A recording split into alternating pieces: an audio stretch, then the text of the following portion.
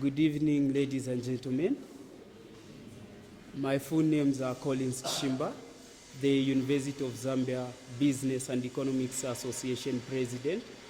I'm welcoming you to this wonderful and rare opportunity of the association to host the chairman for Konkola Copper Mines, as well as the chief executive officer for Vendetta Group of Companies.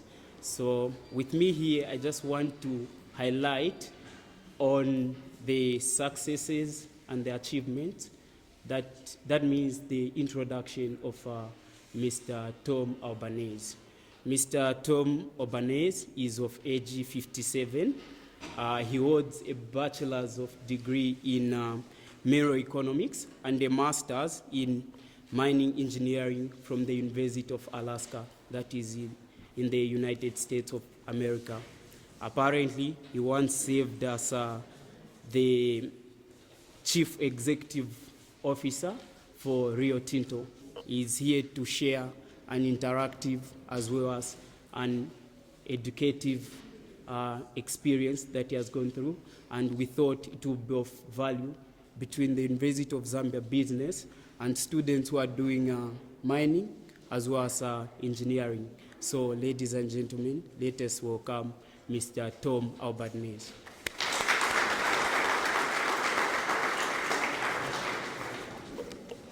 Thank you very much. So, I guess I was not planning my career journey to become a chief executive of one of the biggest mining companies in the world.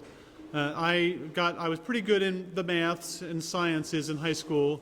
I grew up in the East Coast of the United States, and I wanted to go mountain climbing. So I went up to Alaska to go mountain climbing. And then in the journey of learning how to go climb mountains, I found out that geologists needed to go up climb mountains to get rocks. So I started my degree learning geology, so I can climb rocks and hopefully get a career out of climbing those mountains. And I learned very early in my undergraduate that actually I wanted to do more than that. So I actually created an interdisciplinary program which was called Mineral Economics for our school, and it was a combination of geology, economics, and mining engineering. And that gave me a really interesting collection of course loads. And I think one of the more important things I learned from that was almost an epiphany of sorts, that I was taking in my economics classes the same type of statistics classes that I was taking in my mining engineering and my geology classes in the same semester. So it was actually, what it was telling me is that the same tools are actually applicable across a whole range of disciplines. So when you're thinking about the individual courses you're taking, whether they're along statistical analysis or along something else, you'll find that actually those are the tools.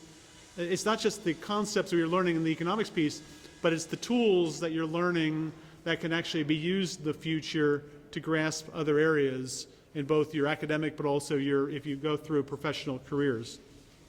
So I found that was a very interesting journey. I spent the summers climbing mountains and flying around helicopters up in Alaska, which was, if you've ever seen pictures, it's a beautiful place. A lot colder than Zambia, but it's quite wild, quite remote.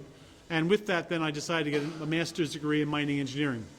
At that point, I was more interested in exploration, and that is that hunt, the search for the next deposit, the search for the next discovery, and that was something I actually followed through my entire career. I started working for a very small private company doing exploration, and that company, after a couple of years, was taken over by another company, and that company itself was ultimately taken over by Rio Tinto. And again, I think the lesson I had from that was that, in your career, you actually can't plan too much in terms of externalities. They're going to come upon you whether you like it or not. What you can do is be prepared to adapt yourself. Be prepared to actually embrace change. If you're not afraid of change, when those types of things like being in a company that gets taken over come upon you, you're actually better positioned to adapt yourself for that new organization. You're better positioned to actually look at that as a new, exciting opportunity with eagerness rather than with trepidation or fear. And again, when you get new bosses in a takeover and they watch everyone, they're looking for who has trepidation and fear and who are excited about that change. And those are the ones that do best. So again, from my perspective, I have always found that it helps to be a natural optimist. It helps to actually be looking into the future. It helps to actually not be afraid of change, but actually embrace that change and always try to do something better. Always keep learning. I'm 57 years old, as you heard in the introductory comments, and every day I'm still learning. I'm still learning something new. And I should ask you, each of you, as you're thinking about what you're doing in your coursework, you're thinking about what you might be doing later, don't plan too hard. Be enthusiastic about what you want to do. Be always ready to embrace and grasp that change. And you know, you're going to see that the future is actually pretty exciting. Over the course of my career, I managed to spend very little time doing what I learned in university. And if you talk to most CEOs, if you ask them how much time did they spend in what they were learning in university, they'll say a very small part of it. What I've found for the most successful general managers that become top executives is that they begin to, as they go into their career, they begin to progressively widen the spectrum of their knowledge. They use what you learned as in either mining engineering or technical engineering or economics, you use that as a core base. Use that as your foundation, your platform, but you're always asking, okay, what about this function? What about this activity? When I was in the course of my 20s, we were in the process of actually a pretty aggressive merger and acquisition phase, and I was the only one in the company that actually knew how to run a spreadsheet. Because in those days, the financial analyses were run off big mainframe computers. And I had gotten myself, even before the Apple II, a VisiCalc. And I had learned how to run a VisiCalc formula, which was to do a pretty straightforward NPV analysis. And I used that as a basis of leveraging myself onto the M&A team. And then that began to get involved with M&A and takeovers, got involved with looking at how companies get integrated, the different types of companies, the different cultures. But again, in my 20s, using every opportunity to grab a little more knowledge, to grab a little more learning, to grab a little more experience. It wasn't necessarily chasing promotions. It was actually about chasing those new opportunities. Because in your 20s, if you're doing the right things, don't worry so much about those promotions. They will come. Learn to build that foundation of knowledge, of experience, so that when you're in your 30s, you're actually there and you actually know as much as your boss. And then at that point in time, you can be doing leapfrogs at that point further. In my late 20s, I was running our IT department. I took one computer programming class in my university days. I had management accounting at one point. I'm not a chartered accountant.